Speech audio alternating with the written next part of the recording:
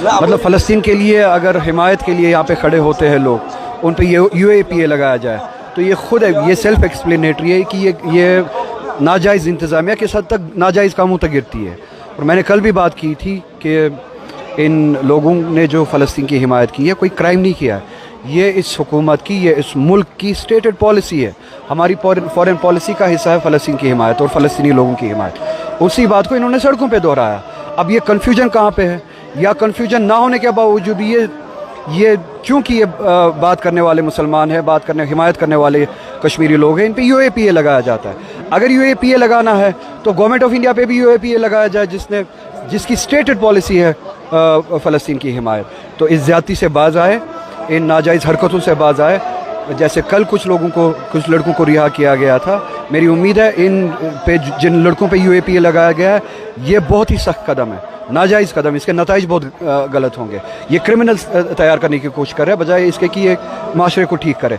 इन लड़कों से UAPA हटाया जाए और इन लड़कों को रिहा किया जाए। इन्होंने कोई गुनाह नहीं किया है। फ़लस्तीन की हिमायत हमारे ज़मीर में है, फ़लस्तीन की हिमायत इस मुल्क के फॉरेन पॉलिसी में है, फ़लस्तीन की हिमायत इमाम हुसैन अलैहिस्सलाम की जुलूस में है। जितना भी ये कदगने लगाए हम उतना ज़्यादा फ़लस्तीन हो, कोई भी मज़लूम हो दुनिया में, कोई भी मज़लूम हो, चाहे हिंदू हो, चाहे मुसलमान हो, ईसाई हो, सिख हो, अगर मज़लूम है इमाम हुसैन अलैहिस्सलाम की जुलूस का मतलब है उसकी हिमायत करना। दिस इज़ वेरी अनफॉर्चुनेट, मुझे लग रहा है कि बदकिस्मती है जिस जम्मू खिते को हम पूरी इस जम्मू कश्मीर में हम समझते थे कि एक पुरअमन खिता हो, और जब भी यहाँ मिलिटेंसी शुरू हो गई, चाहे यहाँ का कश्मीरी पंडित था, चाहे यहाँ का मुसलमान था, बहुत सारे लोग, न सिर्फ कश्मीरी पंडित बल्कि मुसलमान भी बहुत सारे लोग यहाँ से भाग गए मिलिटेंसी की वजह से, और उन्होंने जो जम्मू में पनाह ली वो एक पुरअमन जगह उनके लिए थी उस वक़्त। और आज 35 साल के बाद भी हमारे जो कश्मीरी पंडित है या कश्मीरी मुसलमान है जो यहाँ से मिलिटेंसी की वजह से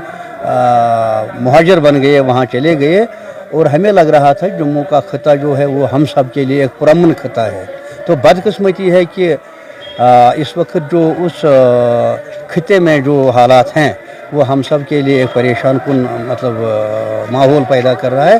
और हुकूमत को चाहिए, मरकज़ी सरकार को चाहिए ऐसे इक़दाम करे कि उस खिते को दोबारा एक पुरअमन खिता बनाने में अपना रोल अदा करे।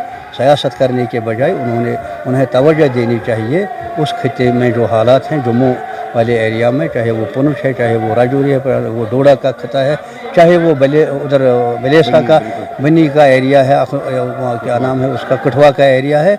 जो कुछ वहाँ हो रहा है वो ठीक नहीं है, मुल्क के लिए ठीक नहीं है, कश्मीर के लिए ठीक नहीं है, पूरे हिंदुस्तान के लिए ठीक नहीं है। गुलजार साहब, खबरें ये चल रही थी कि शायद गुलजार साहब घर वापसी करेंगे, और ये भी खबरें चल रही है कि शायद गुलजार साहब PDP के दरवाजे भी खटखटा रहे हैं। मैं किसी का दरवाज़ा न खटखटा रहा हूँ और न किसी ने मेरा दरवाज़ा खटखटाया। मैं अभी जहाँ हूँ तो वहाँ पे ठीक ठाक हूँ। लिहाजा अभी लग रहा है रूमर्स चल रहे हैं इधर उधर की, तो आगे देखेंगे क्या होगा। अभी चुनाव का जब माहौल पैदा होगा, जब कोई नोटिफिकेशन आएगा, उस वक्त देखेंगे कि कहाँ कौन जाएगा, कैसे चलेंगे। जब भी ये 10वां मुहर्रम होता है या पहला मुहर्रम होता है, यौम आशूरा होता है, तो मैं हमेशा यहाँ अपनी बरादरी में आता हूँ। ये हमारे अपने लोग हैं, हम एक ही गाँव के रहने वाले हैं, और सदियों से यहाँ जो आपसी भाईचारा हमारा है ये चल रहा है। और आज का जो यौम आशूरा है इसकी बहुत बड़ी अहमियत है और अफादियत है।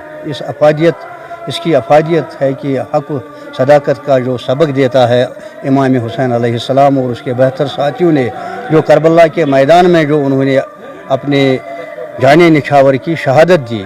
तो आज इस दुनिया में, इस कायनात में एक बार फिर हमें लग रहा है कि उनकी शहादत और उनकी कुर्बानियों का ही ये सिला है कि इस्लाम आज मतलब इस्लाम फैल रहा है। पूरी दुनिया में इस्लाम का जो झंडा है, जो इस्लाम का जो परचम है वो बुलंद है।